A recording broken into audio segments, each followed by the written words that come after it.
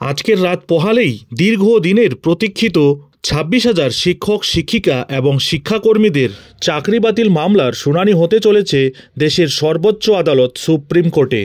এবার প্রশ্ন উঠছে, এবার আদৌ কি পর্ষদ এবং এসএসসি ২০১৬ সালের প্যানেলের যোগ্য এবং অযোগ্য প্রার্থীদের বাছাই করতে পারবে?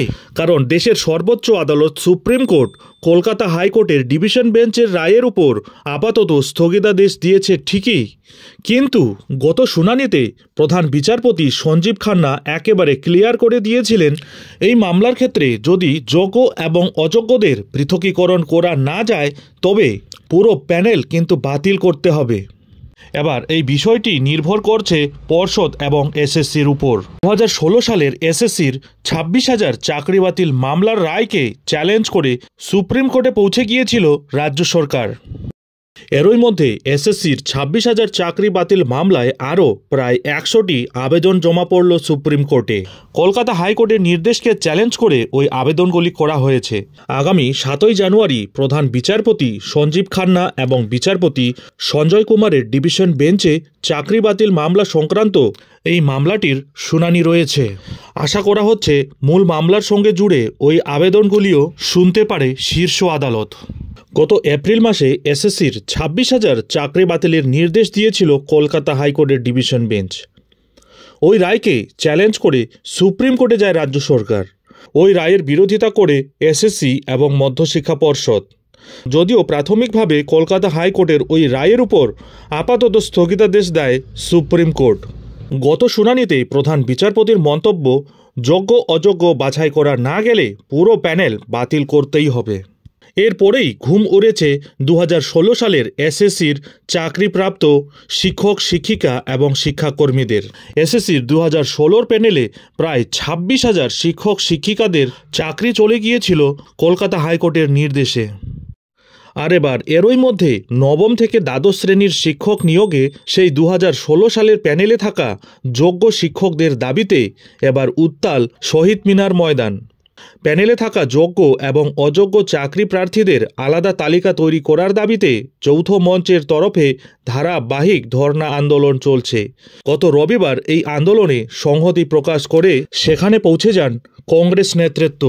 কংগ্রেসের প্রতিনিধি দলে ছিলেন আশুতোষ চট্টোপাধ্যায় সহ বেশ কয়েকজন গুরুত্বপূর্ণ নেতা। তারা আন্দোলনরত প্রার্থীদের দাবির প্রতি সমর্থন জানিয়ে বলেন, যোগ্য প্রার্থীদের চাকরির বঞ্চনা কোনোভাবেই মেনে নেওয়া যায় না। কমিশনকে অবিলম্বে যোগ্য এবং অযোগ্যদের পৃথক তালিকা তৈরি করতে হবে। প্রসঙ্গত উল্লেখ্য, ২০১৬ সালের পুরো শিক্ষক নিয়োগ প্যানেল কলকাতা হাইকোর্ট বাতিল করে দিয়েছিল।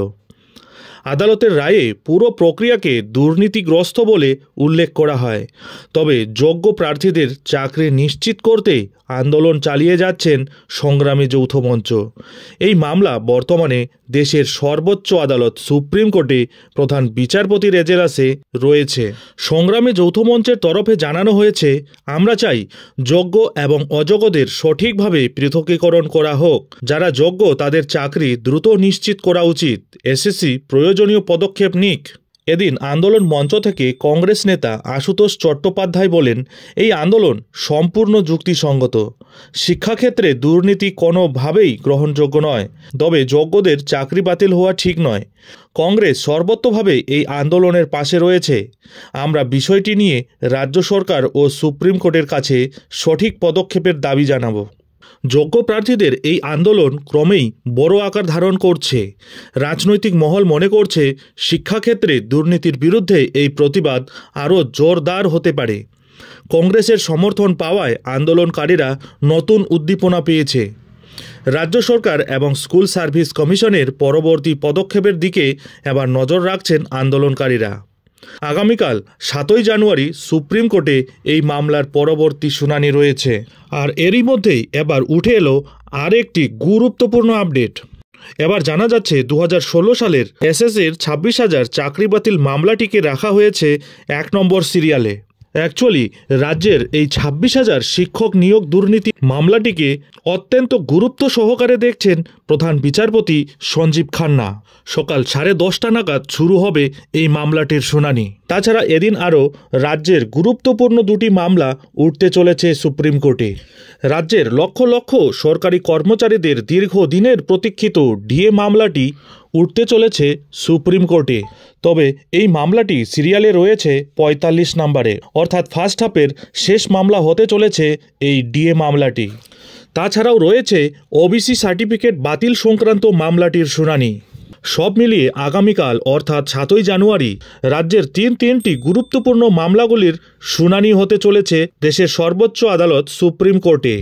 অর্থাৎ বলা যায় আগামীকাল রাজ্যের তিনটি হাই ভোল্টেজ মেগা শুনানি রয়েছে। তাই দেশের সর্বোচ্চ আদালত সুপ্রিম কোর্টে আগামীকাল কী হতে চলেছে তার দিকেই নজর রাজ্যবাসীর।